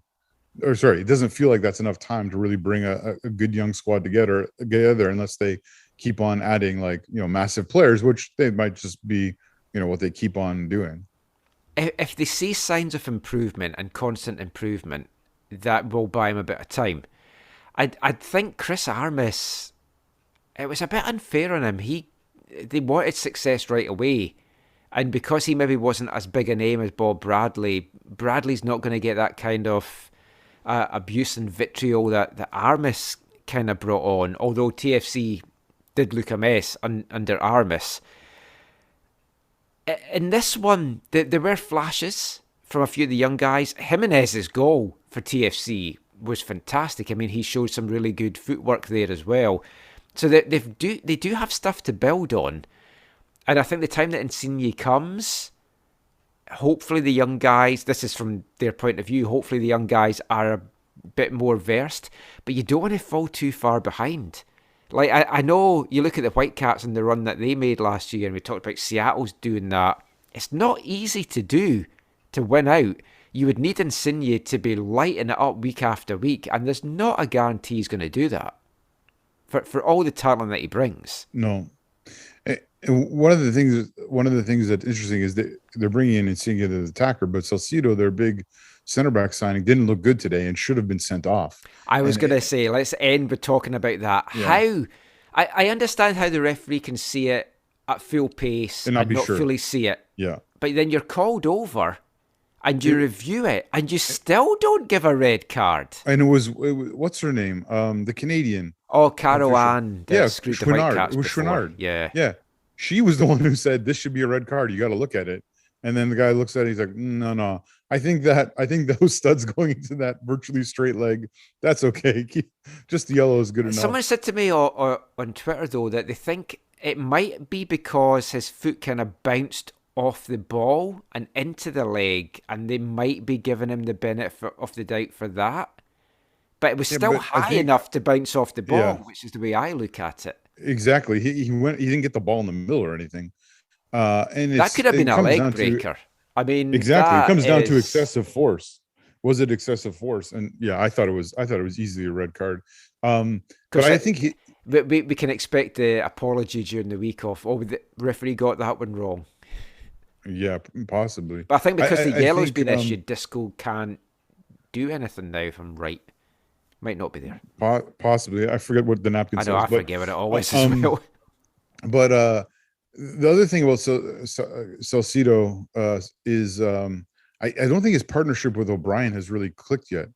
The guy, the former Flounder center back that they brought in, and not that that's going to be the hole through which Lucas Minon's going to get playing time, but I'm a little bit concerned for them that isn't more solid, especially because Cecito is such a like a big signing and a big player for them, and I think they were I think Bradley's probably was really excited about this partnership, and it doesn't seem to be working super well. But I think it's also hindered because their fullbacks are, I think, memory serves me right, both kind of young and inexperienced in this match, anyways. But and they've got Bono. That's just terrible. Yeah, that's the other thing is. I don't think he could have done too much with the goals today. No, but Morgan I took think, them so well. I think I said it last week, Michael. They need to bring in a new keeper. They need a quality keeper. I think they will. They will, except for Bradley never brought one into LA. Oh, that's true. In his whole time. Maybe they need Mark DeSantis to move to TFC. It looked, when TFC pulled one back, that they could get themselves back into the game. The other Canadian team, they must be like, how did we not even come away from this game with a point? Because they should have come away with all three. Montreal going down to a 2-1 home defeat to Philly. The Bellenders will be devastated by that one. They missed their bell. Lassi Lapalainen put them 1-0 up in the 32nd minute. And when it first went in, I was like, how on earth did that drop in? Because it looked like it was going skied over. Yeah, it was. And then I described to you by text, I said it was kind of like a little golf chip onto the green that it just dives and then... Yeah, it was the deflection gave it the loop that it needed and totally fooled Blake.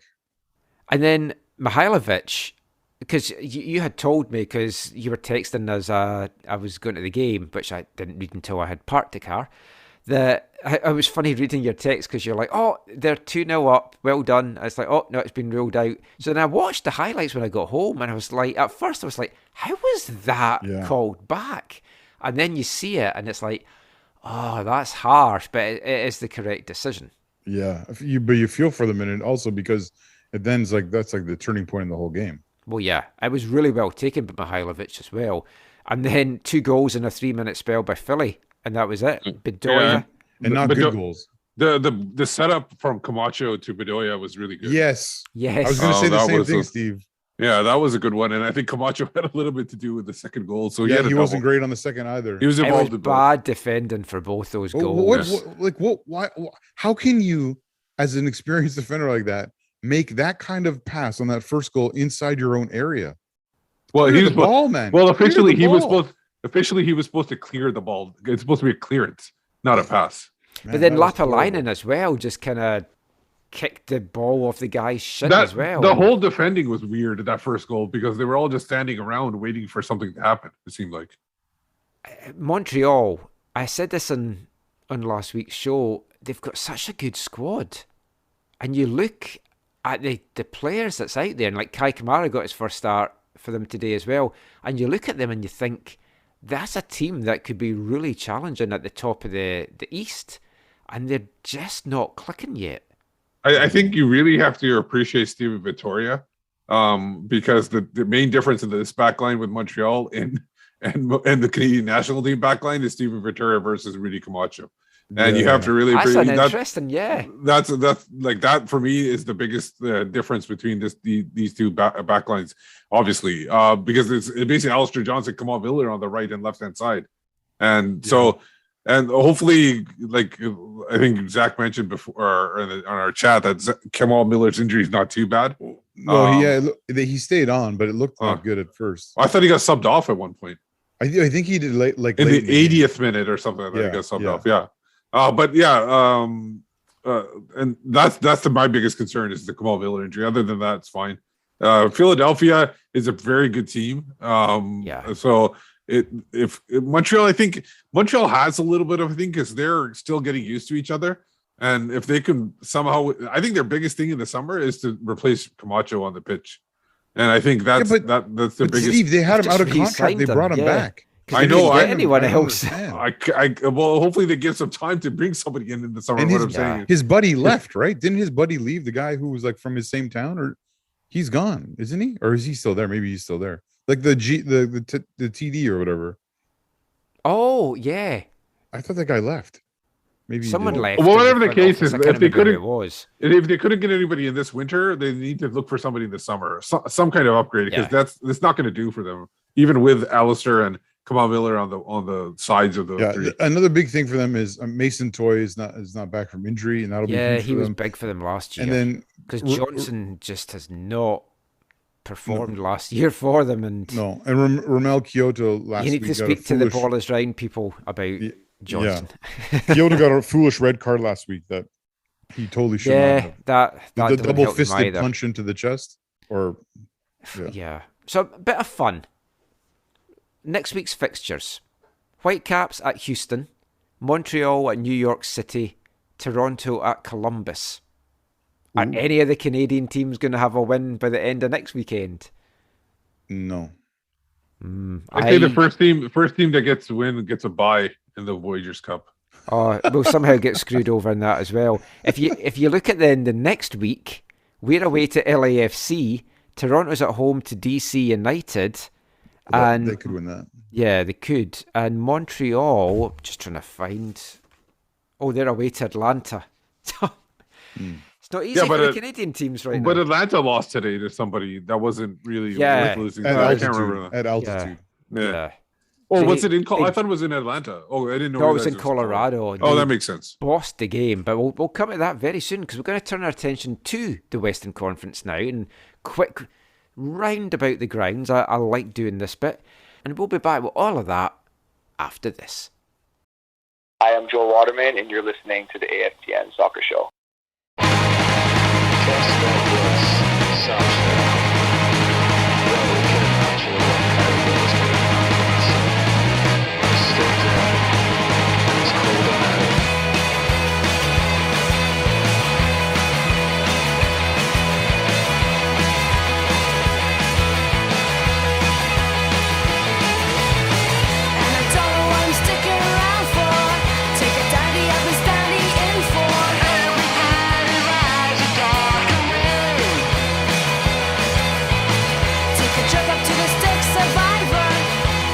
With the Hexa diver. Since I lost my worry stone, now I got a worry song. What's your middle name? It's not quite the same. It's a short shot. You're playing by seat games.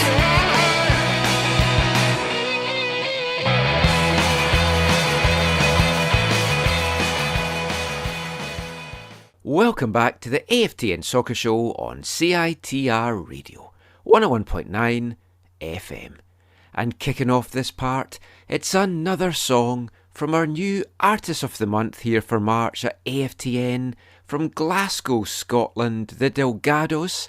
That is the first track from their debut album, 1996's Domestiques, and that's one of my favourite Delgados songs, Under Canvas, Under Wraps. They sadly split up in 2005 when one of the members of the band, one of the co-vocalists there with Emma Pollock, decided that he didn't feel that the band were getting the recognition that their hard work and quality of their music really deserved. So he didn't want to pour so much of his time and effort into it. So instead just wanted to concentrate running the Chemical Underground record label, which they still all do to this very day. And it's a record label. When it first started, I've got so many of their early records on 7-inch, on CD.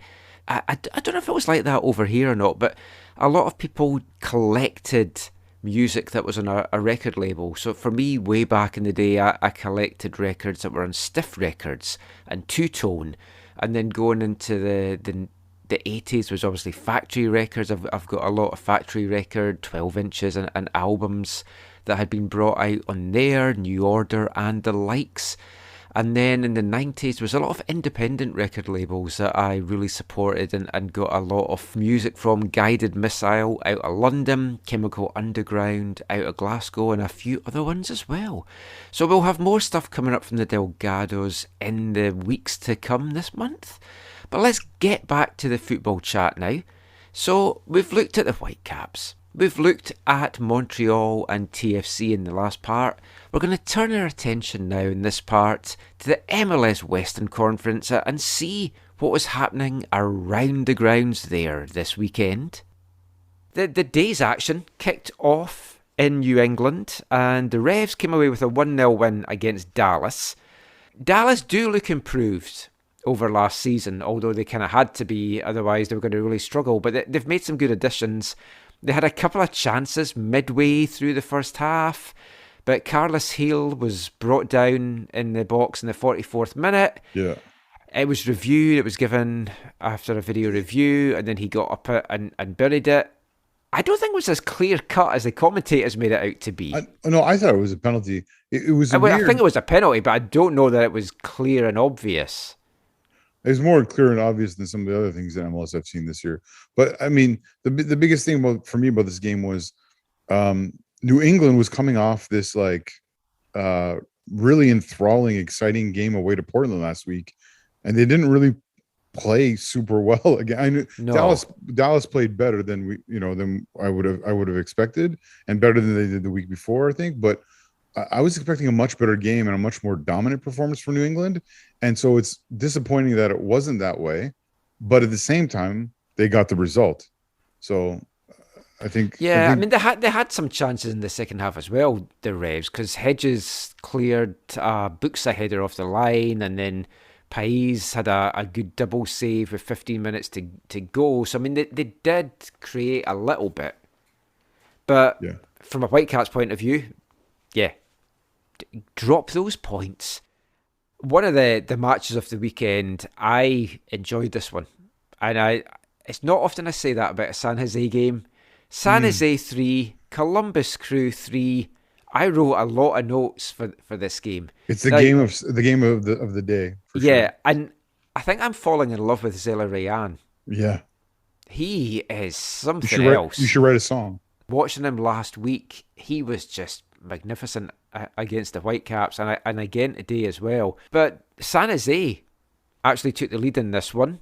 Espinoza from the spot after VAR got involved again. Marie had his foot stood on and it was given. Yeah, it was a penalty. Yeah. And then a sending off, which didn't change the game ultimately, but it did for a spell. Montero was sent off with a VAR review in the 33rd minute. I don't think he had too much to really question about that. Columbus had taken over, but by that point, Zela Rayan tied it up 5 minutes before halftime. Beauty. That first goal was an absolute screamer. Yeah. And then there was a great save from Etienne to start the second half. Jizzy Zardes. Yeah, your buddy. Yeah, 2-1. Didn't make any mistakes this week. Put the Crew ahead from 6 yards out. Then Zela Rayan, free kick. Another beauty in the 73rd minute. Now, at that point, you would have thought, they're a man up, they're 2 goals up. You'd have turned off the game if you were watching it live. Got to give credit to San Jose for coming back in this one. 2 really good headers from Calvo, both from set pieces as well, which is clearly going to be a threat from San Jose this year, because they don't look like they're going to be scoring a lot of goals any other way. All 3 of their goals in this game. I can't remember their one against Dead Bull last week, but all 3 goals this game were that was from open play, I'm pretty sure, from what I remember. I think you're right. But I mean, Calvo is, I think I can't remember which list he was on, whether he was a free agent or waiver draft 1 or 2 or whatever those things are called. But he was the one player whose name came up last year. I thought, maybe Vancouver would look at him in terms of strengthening their defense, or perhaps replacing one of the big pieces in their defense. And he's always been to me like a really good MLS player. And here he was again getting on the score sheet with a brace, which grabbed a point out of the jaws of defeat for his team. Clutched it. The second one, it was from a corner, I think. This is his second goal of the game, and it was just a bullet. And I thought at first the guy that was flying in hit it, but saw that it was Calvo. And I don't know what happened, but I think there was 4 minutes added on, and they were in the 6th minute of always got to love that. It was the last play of the game, and the fans were going crazy. It was good for San Jose. Yeah. It's a big point for them, and a good confidence booster as well, especially at home. The Crew, though, disappointing. they've scored 7 goals in their first 2 games as well. So at least they are scoring. But okay, so I see a 4 or little 5 bit. of them are against 10 men. I was looking up at this the timeline and everything, and I just see why there was 2 players booked for yellow cards for time wasting from Columbus. So maybe that's the reason why they were in the 96 minutes. Oh, that's a sickener if you're a coach for that happening. Wow. Colorado 3, Atlanta 0. Steve referenced it earlier. Atlanta dominated possession in this. It was 64-30. They outshot Colorado 12-8. Atlanta had 4 shots on target, no goals to show for it. Colorado, 3 shots on target, 3 goals. That's efficient. Yeah, and you got to think the altitude plays some kind of role in that. Well, yeah, I mean, the first goal, totally against the run of play, Diego Rubio with a header of a lovely Barrios cross in the 33rd minute. Then 3 minutes into the second half, Jonathan Lewis, great ball from Rubio in this time for Lewis to finish. And then Andre Shinyashiki, with nice interplay in the build-up to this 3 minutes from time. Atlanta's Miles Robinson got a second yellow in the 86th. Stupid challenge. That's when it was 2-0, right? Yeah. Yeah. And the thing is, the fact that his first one was for dissent. That's not a good when you have dissent. You should never get a yellow card for dissent because that's just asking for it, especially as a defender. What I liked from Colorado in this, although they were outplayed and outpossessed for much of it, their movement is what you want Vancouver's movement to be. Just the quickness that they can move that ball about with the players that they've got. That's the level that the Whitecaps have to get up to. 2 other teams that dropped points, Minnesota and Nashville, a 1-1 draw. CJ Sapong poked Nashville ahead 5 minutes in. The teams exchanged chances in the first half. Both teams hit the post. Dotson made it 1-1 with a scramble for Nashville.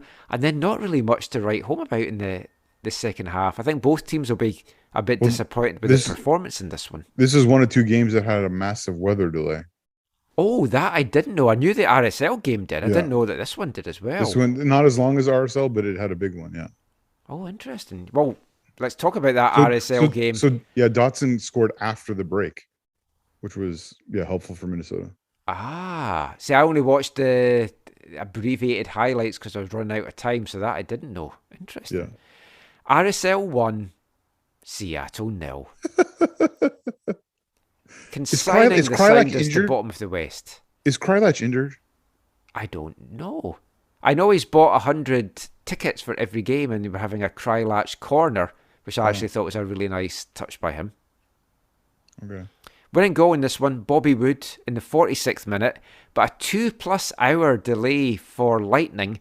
I knew it was a delay, so I had just assumed it was snow. And then you see the pitch and the pitch is snowy, and then it turned out it was lightning. Yeah. And then the last Western game on Saturday that we're going to talk about, LA Galaxy headed to Charlotte, and they licked the clit 1-0. Charlotte's home opener, their very first home game in MLS, a record standalone crowd, 74,479. I love when you've got a big crowd like that and then the other team scores the winning goal and it's just like, shh. They put up a graphic during the game where it was like, they weren't even bragging that it was the highest ever MLS game. They had it as, I think it was like the second highest football attendance in the world in 2022. In 2022, I saw that. It was behind Liverpool, Chelsea in the yeah. league, or in the League Cup, I think. League Cup final. I mean, it is impressive. Oh, yeah, it's encouraging. How many are going to keep coming back if they keep playing the way that they're playing? Well, it's not even. Oh, that's the thing. This was one of the games I was thinking about when I was talking earlier about the quality of play in the league. Like, it wasn't even how they played. It was just them winning or whatever. The overall play was really, really poor. One thing which I want to hold in my hand when as early as possible. I might be real. I know they're off to a blazing start, 6 points out of 6, and maybe they'll just keep tearing up. But I'm not as high on the Galaxy as having seen them play now a couple times as I was before. Douglas Costa, who I appreciated his first stint at Bayern. His second one, he didn't really do anything. But man, he's there's no way he lasts long in MLS. He's one of those players whose speed was so important to him, and he's not very fast.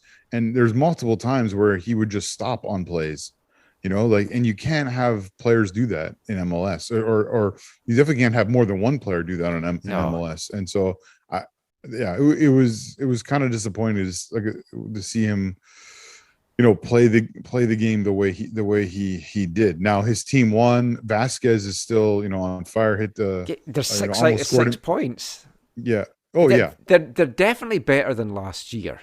Yeah. But they're not at the levels they need to be if they really want to be a top 4 team. And I still think they could struggle to make the top 7, but they're getting their early results in. The goal was a beauty, a wonder. Stunner. Yeah, stunner. Yeah. I mean, that way that left his foot and just nestled in the top corner, it was absolutely beautiful. 19-year-old. Efrain Alvarez? Yeah.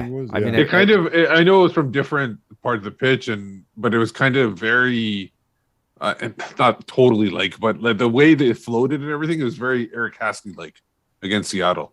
Just the way the way the ball traveled from his and foot it kissed the post on the way in. Yeah, exactly.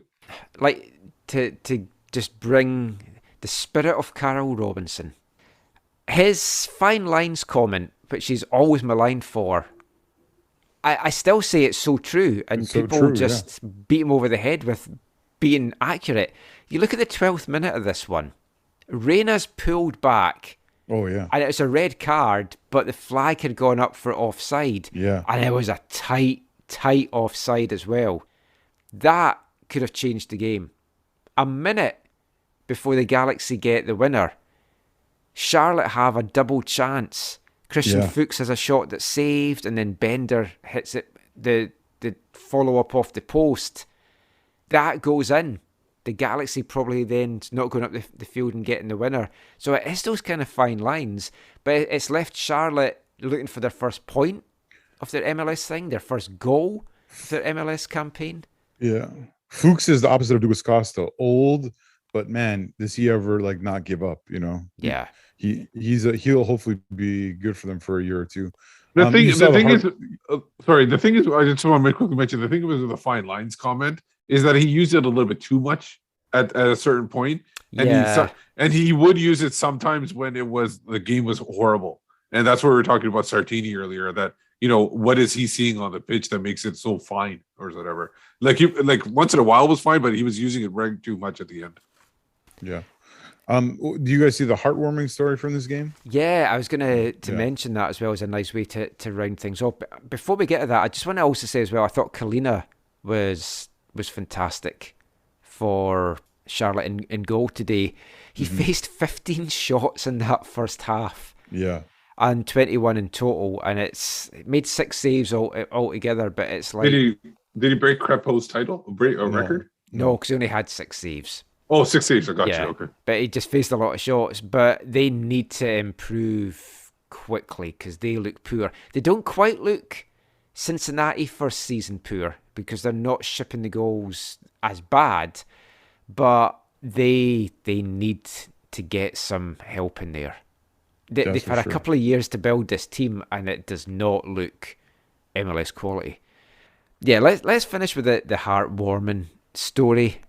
Sasha Kljestan tweeted a beautiful thing out. I think it was it 2010 when he was with the Galaxy. He had done a hospital visit, and there was a young lad in hospital. I don't think it said what it was with, but he had a head shaved. I think it was cancer of some form. Cancer or leukemia, I was thinking, and it would have been. His name is Chris Hegart. So they went to the hospital, did the visit. Fast forward.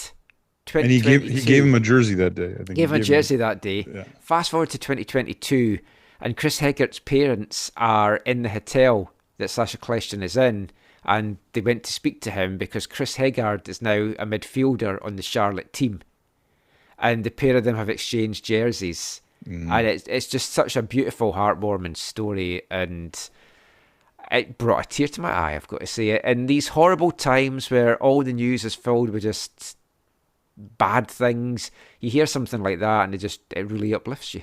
Yeah, it was a really encouraging story. So there's 2 final matches featuring Western teams on Sunday. The action kicked off, and it was great to see that both of these games were shown on TSN this week. And 2 very interesting games they proved to be, so hopefully people did tune into those. The action kicked off in Texas. Austin FC, the surprise packages really so far this season. They scored 5 goals last weekend against FC Cincinnati. And let's be fair, Cincinnati, not a good team, so you don't really know what you could make from Austin. Would they have a stiffer test this week as Inter Miami headed to town? As it turned out, no. Inter Miami also looking a very dreadful team to kick off the new season. Austin racking up 5 goals once again, going nap, which is a phrase I like to use, and I only kind of found out a few months ago from my wife that that's not really a phrase that is used here very often, but it made my day when the 5th goal went in this afternoon when the commentator also used that phrase. He is from the UK, which is probably why as well. But yeah, a 5-1 victory for Austin in this one. And they were dominant against a really, really poor Inter Miami side, as I mentioned. The scoring got underway in this one in the 22nd minute. Austin had really taken the game to Miami in the early going. They got the reward 22 minutes in. Sebastian Driussi getting the first goal off the game.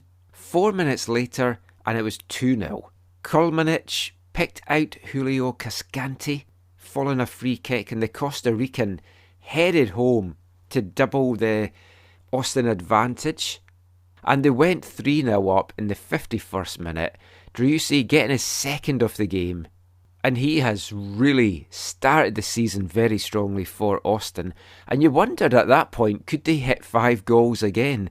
Miami, though, to their credit, pulled one back 2 minutes later. Nice finish from Leo Campagna just in the box. And you were like, it's unlikely going to give them hope. It was one of their few forays that really caused too much danger. And then Austin, another couple of goals from Ethan Finlay to finish this one off.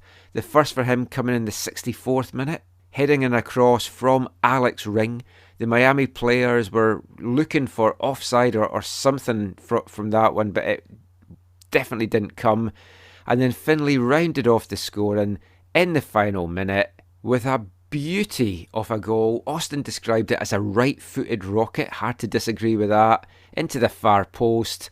Second assist of the afternoon as well for Diego Fagundes, and Austin sitting top of the MLS West just now and playing some lovely football as well.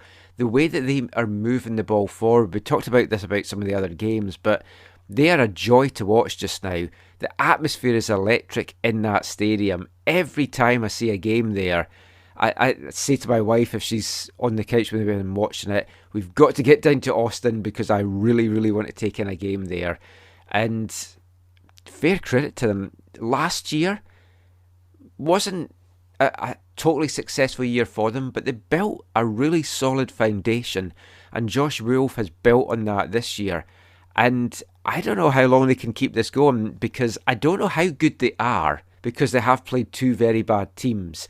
But you don't score 10 goals in 2 games without doing something right. I'm enjoying watching their games just now. So Austin are top of the West, top of the Supporters' Shield standings as well, 2 weekends into the season. And the last match of the weekend, very entertaining affairs, particularly in the first half. LAFC, Max Crepeau's LAFC, hosting the Portland Timbers in the evening game on Sunday night. And like I say, the first half in this was an absolute cracker. And we got another goal of the week candidate from Jimmy Chara. Bicycle kick for the second week running. And nothing Max Crepeau could do about that. It just flew into the top corner of the net. Crepeau stretching to get to it, but it was just too much for him. But that gave the Timbers a 1-0 lead, 18 minutes gone. Carlos Vela had a couple of great chances. Portland's keeper, Ivacic was so good in this one. He pulled off a couple of fantastic saves. And in the first half in particular, there's a great save from a Vela shot and a free kick as well that Vela had, as LAFC really tried to push to get the equaliser. Didn't come though. Portland went in 1 goal up. The second half, you thought, it's going to be electric. But then there was a shock at the start of the second half when Carlos Vela had been pulled off at half-time. And they've said afterwards it was precautionary. And it's a worrying sign for them because without Vela, this LAFC side do not tick at all. And he was the man that was really making things tick towards the end of the first half, trying to get them back into the game. And the action did dip from both sides really in the second half. But then you had a game-changing moment. 63rd minute, Claudio Bravo picking up a second yellow card. And like Van Rankin was lucky not to have had a second yellow as well before that. But Bravo, 2 yellows, off he went. A stupid challenge really when you're on a yellow in one regard, and there's a little tug on Arango as he was going past, and Arango made the most of it. It was a very cheap foul to really give away, but you put that doubt in the referee's mind, and there wasn't enough to say it was clear and obvious to overturn that decision, and off Bravo went. After that, you thought, LAFC, they're going to really take the game to the Timbers, but the Timbers comfortably dealt with whatever LAFC were throwing at them, and it looked like they were going to get away with all 3 points. And then deep in second half stoppage time, 3 minutes into time added on, LAFC grab an equaliser. Mamadou Fall, Rodriguez got the ball on the left side of the box, crossed a low one in, finding Fall in the middle of the 6-yard box, who finished it easily. You wondered, was it offside? But not. Perfectly timed, perfectly run. Equaliser there. There wasn't enough time for LAFC to try and make that man advantage and the frenetic crowd, as it was about by this point, into the game to try and get a winner. So both teams had to settle just for a share of the points there. And Portland will look at it as 2 points dropped, but LAFC will as well, because they clearly need to win their home games. Good way to round off the weekend's action.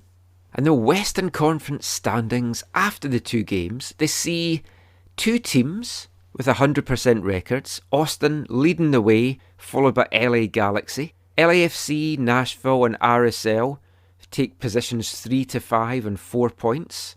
Colorado are 6th and 3, and then Sporting Kansas City rounding off the playoff places for now, also on 3 points. Just outside looking in on 2 points, Portland in 8th, Minnesota in 9th. Then you've got 4 teams all with 1 point to show from their first 2 games. Dallas, Houston, San Jose and Vancouver. And then bottom of the heap, Seattle Sounders still looking for not only their first point of this season, but also their first goal. But that is it for our MLS roundup. Hope you enjoyed it again this week. I really enjoy doing these round the ground things, but we've still got time for this week's wavelength. And the majority of this show was recorded on Saturday night. Regular listeners will know we've got our kind of spoof section that we have. Football Violence Awareness Month. We've had it for a number of years now. It's basically just an opportunity for us to play the many football songs that kind of cover football violence and hooliganism and stuff in the game, from a lot of English punk and oi bands. We'd recorded that was going to be this month. We'd had our song. Then after we finished recording on Saturday night, I hadn't had a chance to really check Twitter since I'd got home from the Whitecaps game. And then I saw the absolutely horrific and sickening scenes in Mexico at the Querétaro Atlas match. And obviously after seeing that, it's like, no way could we run that section and that song. So we've completely shelved that for now, because we do it as a joke. If anyone isn't sort of aware of that, it's just when it all started by a slip of the tongue where I meant to say that we don't condone those actions, but I said we don't condemn those actions, and that's how that section started, if anyone doesn't know that. But obviously at this time we don't want to make light of that kind of situation at football games in view of what did happen in Mexico on Saturday. So senseless.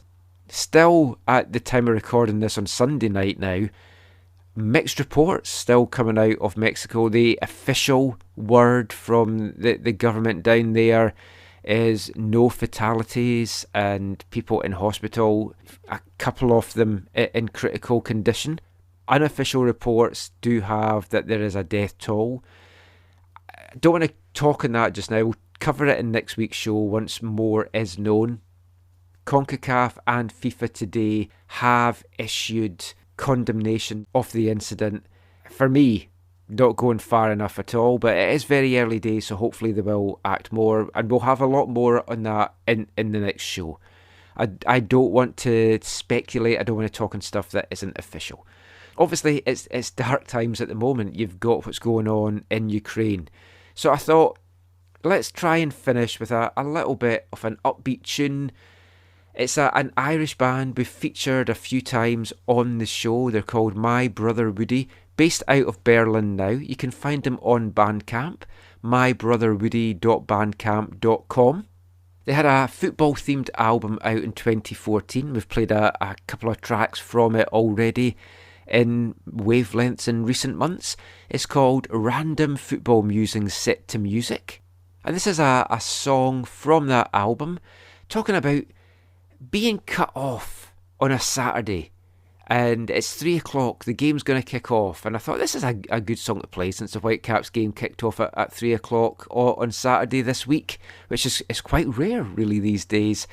But yet you're trying to get information about the game, you're trying to watch it, you're trying to listen to it, but you've got no internet connection, you're kind of cut off of the world. What do you do? This is My Brother Woody, Stranded on Saturday. Trying to pretend I'm listening, saying just enough to get by, a nod and a smile at just the right time.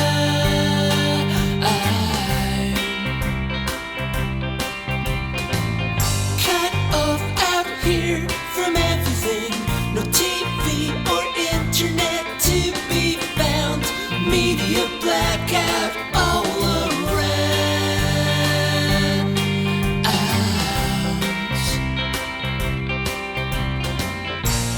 Praying for a signal, come on internet connect. There's very little time left. Saturday 3 o'clock and I'm completely cut. Someone tell me what's the score? Is that so much to ask for? Maybe for a minute I could slip away, stranded on Saturday. Somehow I gotta get some info, can find a TV in a shop window, need an excuse fast, a reason to go.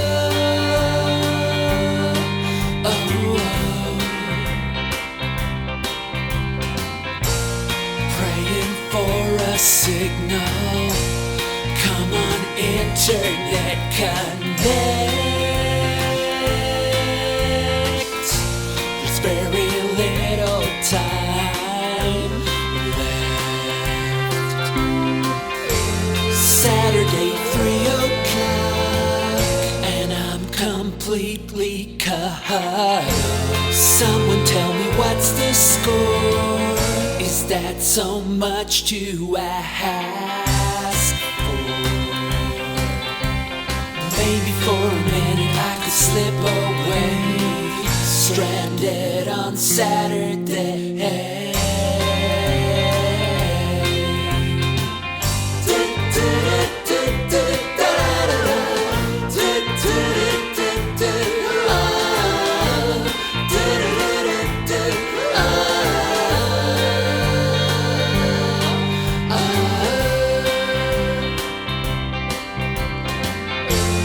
Saturday, 3 o'clock, and I'm completely caught.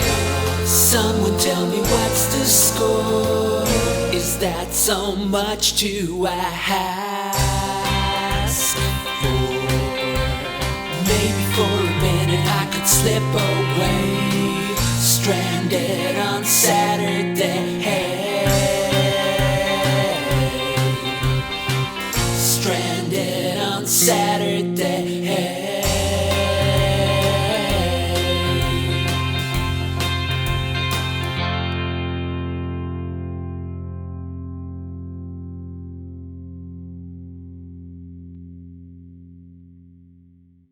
My brother Woody there, Stranded on Saturday. Just a little bit of an upbeat tune to kind of finish off the show. But that is it for this episode of the AFTN Soccer Show. Just before we go, Steve, any final thoughts? Anything you learned this week? You can find me on Twitter at Whitecaps Beat, and you had a mention about Acorns growing into chestnuts. I think the Whitecaps need to grow some chestnuts very soon if they don't want to fall too behind on the standings. We should maybe sign Joey Chestnut. He's a world champion. You guys know who Joey Chestnut is? No. Oh, he's the hot dog eating guy. Oh, yeah. You can find me on Twitter at ZacharyM. And Whitecaps fans, it's only 2 games. There's 32 league games to go, 16 more home games to go. Keep your heads hella high. Who are you? Yes. Where is Zach? Please bring him back. Wow. I didn't notice I didn't say anything about the Voyageurs Cup though. Oh, yes. We're going yeah. We're going to mention that. Let's just quickly mention that before we do finish the show. The draw for the Voyageurs Cup is coming up on Wednesday, and the Whitecaps do not have a first round bye. So my bold prediction that the Whitecaps will beat a CPL team in this year's Canadian Championship could be on. If they draw FC Edmonton? Yeah. Crossing my fingers for that one. I could see them beating a CPL side this year, but then losing to a different CPL side later. So that's what I've learned this week. The draw's coming up on Wednesday, and I'm looking forward to it because I do enjoy a cup draw. I hope there's balls. I hope there's Rod Stewart drunk pulling them out. Nothing's going to beat is that. anyone else excited for the 2020 Voyageurs Cup final? Oh, yes, there was that as well.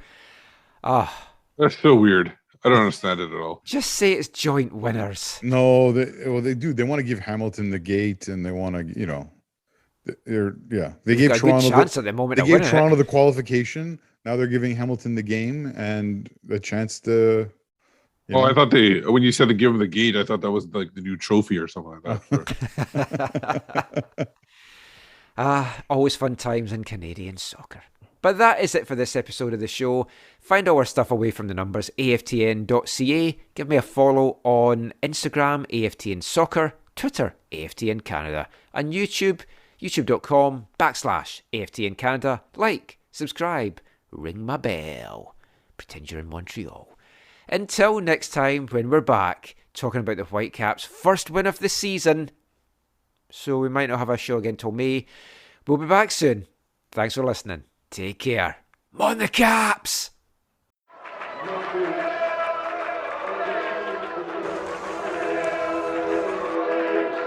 Going to your first match is an experience you never forget. The atmosphere of what's going on around the pitch looks beautiful, and you always look and go, wow, I'd love to play here one day. If you get the bug, it's going to stay with you for life.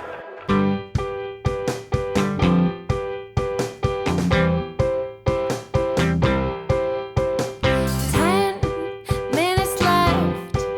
Yeah, but